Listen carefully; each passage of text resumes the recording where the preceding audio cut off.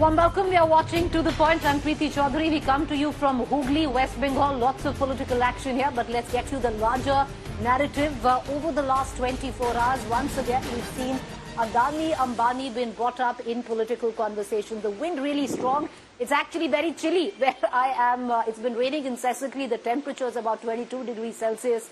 Very different from the other parts of the country going into election. But it's only a brief while where we've seen that kind of thunderstorm in West Bengal and Kolkata, especially the south of it. But back to the political heat. The tempers are high. This time over the issue of industrialists, Adani and Ambani. We've seen Rahul Gandhi, especially in the recent past, mount an attack on the Bharatiya Janata Party when it comes down onto the two industrialists. There seemed to be a reverse attack of sorts by the Prime Minister, who launched an attack on the Congress. On Wednesday, Prime Minister accused the Congress of sealing the deal with Adani and Ambani and questioned Rahul Gandhi's silence over the two industrialists. Rahul Gandhi hit back at Modi with a video message asking if the Prime Minister was scared and dared him to send the CBI or ED to either of the industrialists. Rahul also claimed that the amount of money Prime Minister Modi gave to industrialists, Congress will give the same to the poor. ये कांग्रेस के शहजादे 5 साल से एक ही माला जपते थे। 5 उद्योगपति, 5 उद्योगपति, 5 उद्योगपति। फिर धीरे धीरे कहने लगे अंबानी अडानी, अंबानी अडानी, अंबानी अडानी। 5 साल से। लेकिन जब से चुनाव घोषित हुआ है, इन्होंने अंबानी अडानी को गाली देना बंद कर दिया। जरा ये शहजादे घोषित करें कि इस चुनाव में ये अंबानी अडानी से कितना माल उठाया है। नमस्कार मोदी जी, थोड़ा सा घबरा गए क्या? नॉर्मली आप बंद कमरों में अदानी जी, अंबानी जी की बात करते हो। पहली बार आपने पब्लिक में अदानी, अदानी, अंबानी बोला। और आपको यह भी मालूम कि ये टेम्पो में पैसा देते हैं। क्या ये आपका पर्सनल एक्सपीरियंस है क्या? एक काम कीजिए, सीबीआई ईडी को इनके पास भेजिए ना, पूरी जानकारी करिए, इंक्वायरी कराइए, जल्दी से जल्दी कराइए, घबराइए मत Modi ji.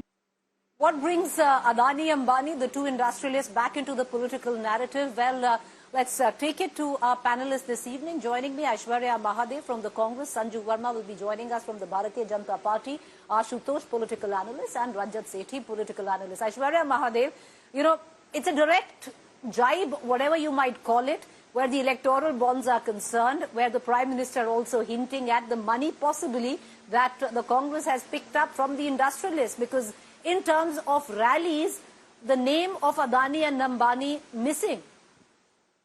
Good evening, Preeti. I don't know if the Prime Minister obviously is misinformed or he's conveniently dodging what the reality is. But the fact of the matter is, Rahul Gandhi ji and the Congress party is constantly talking about crony capitalists and the fact that the BJP is consistently favoring one party, whether it's governments and states or whether it is nationally. And just to remind everybody that from the 3rd of April, Rahul Gandhi ji in all his rallies, while talking about, disproportionate sort of favoritism for certain individuals, over 103 times he has mentioned Gautam Adani. Over 30 odd times he's mentioned also Ambani as examples of the favoritism showed by the BJP government, one. And second, it is extremely hilarious that the discourse of the Prime Minister, who talks about development of 10 years, has gotten to this level.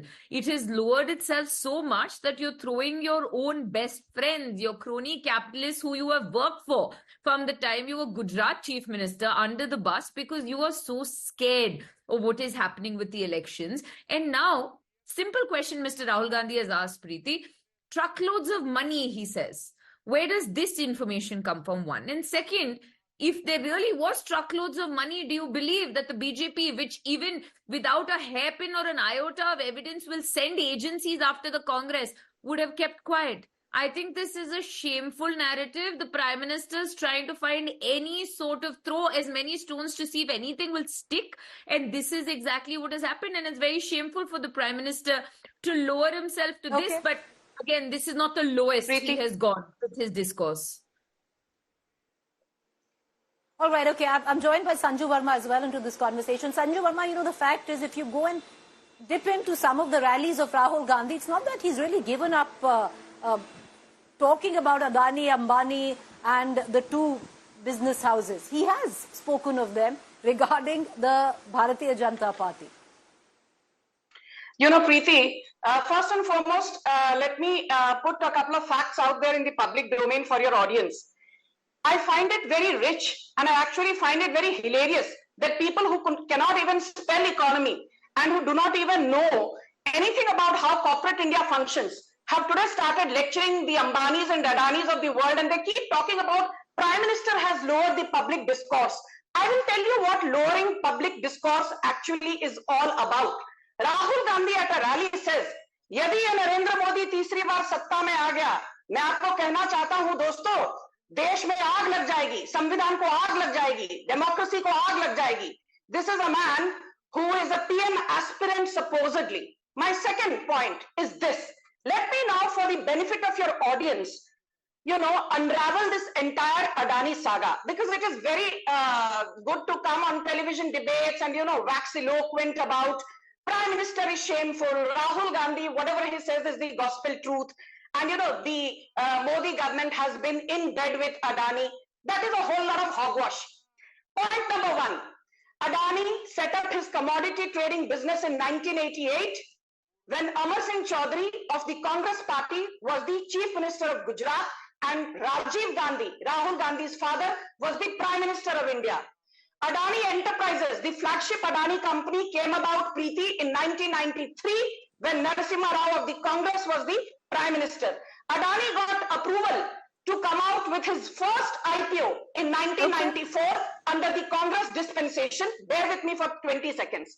Again, the first SEZ approval to Adani was given in 2006, and this is something that you should know, Preeti. 6,000 acres were given for his SEZ to Adani at a price of 10 rupees per square meter. This is there in the ROC filings. And don't forget that out of the 10 listed companies of Adani, 7 were set up under successive Congress dispensations. But my more important point is this, Preeti, just 20 seconds more.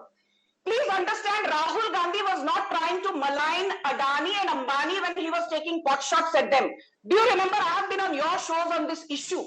The entire Congress cabal said, including an illiterate and ignorant Rahul Gandhi, that State Bank of India will go bankrupt.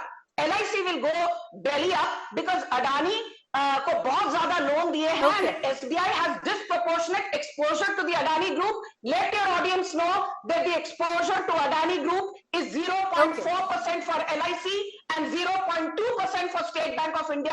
Don't come and peddle lies if you don't understand how the banking system functions. No, okay.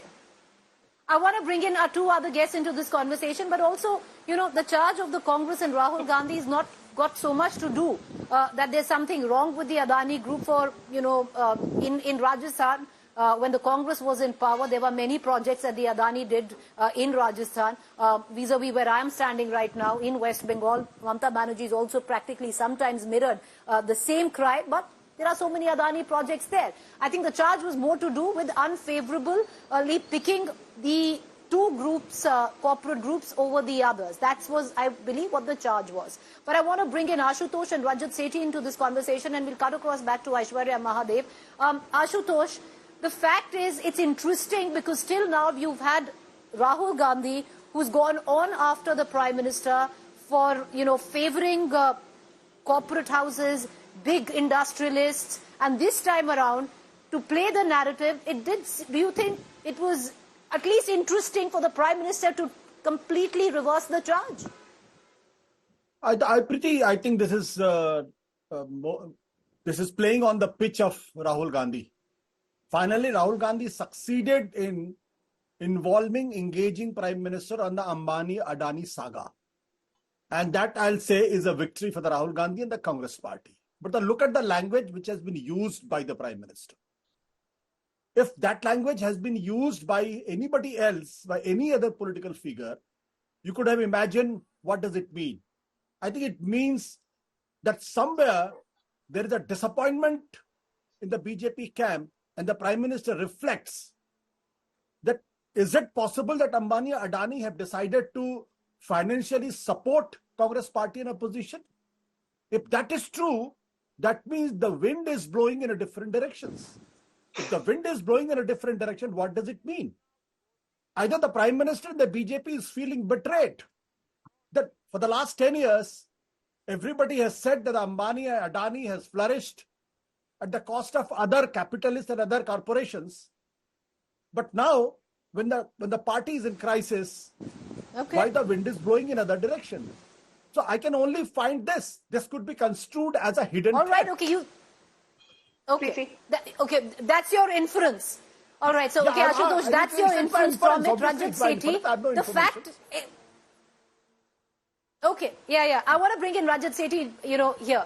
Rajat Sethi, the fact is, this is the first time that the Prime Minister has even addressed the issue. Rahul Gandhi has been speaking of it, for years now. It's not something that has happened 6 months ago. We've heard this narrative from 2019 itself.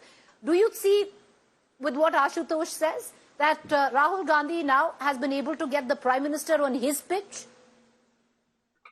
No, Preeti ji, first of all, I'm amused that show after show, night after night, Ashutosh ji is busy finding some wind somewhere blowing in the direction that he intends to, and somehow, put a tracker on the direction of that wind and come to a conclusion that Prime Minister is somehow losing this election and Rahul Gandhi is somehow winning the election.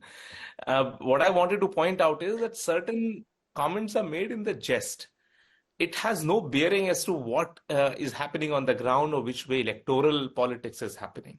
Here, one thing that we need to categorically understand that, first of all, Prime Minister, I believe, has always steadfastly maintained a plan that maintained a sort of a position that he would not drag some of the wealth creators of our economy into the political dirt. And he has maintained this thing. And what could have caused this sort of a remark from him, clearly, since he sits on troves of information, is it actually something that, he is seeing or inferring that Rahul Gandhi, for some reason or the other, it could also be, say, Telangana. Telangana is reeling with financial pressure, and it is only the Adanis before whom the Chief Minister of Telangana, who happens to be a Congress party leader, is rolling red carpet after red carpet, welcoming him into the state. So I think where Rahul Gandhi here has changed his position that only attacking the wealth creators of our country is not cutting ice with the electorate. It could also be inferred, right? It could also be inferred that he has tried this for past several days, directly attacking Adani, directly accusing them of malpractices, and nothing has come about. And he has, in the process, not provided a plan that who else is going to create jobs for this country. So I think it could as well be a realization on Rahul Gandhi's part that, this is the wrong trajectory and the country is not ready to accept this trajectory. And electorally also this has been reflected over and over again. Whenever Rahul Gandhi made Adani as the pivotal point of a campaign, he has lost those elections. So why don't we as voters infer it hasn't worked. And that's a fair point. I want to bring in Aishwarya into this conversation. Aishwarya, 2019 on. Attacking the corporate houses like Adani-Ambani. 2019, the multiple rallies that I went to where Rahul Gandhi began the conversation with wo do udyogpati. Now, that conversation has somewhere down receded. Possibly, there was no traction with the people.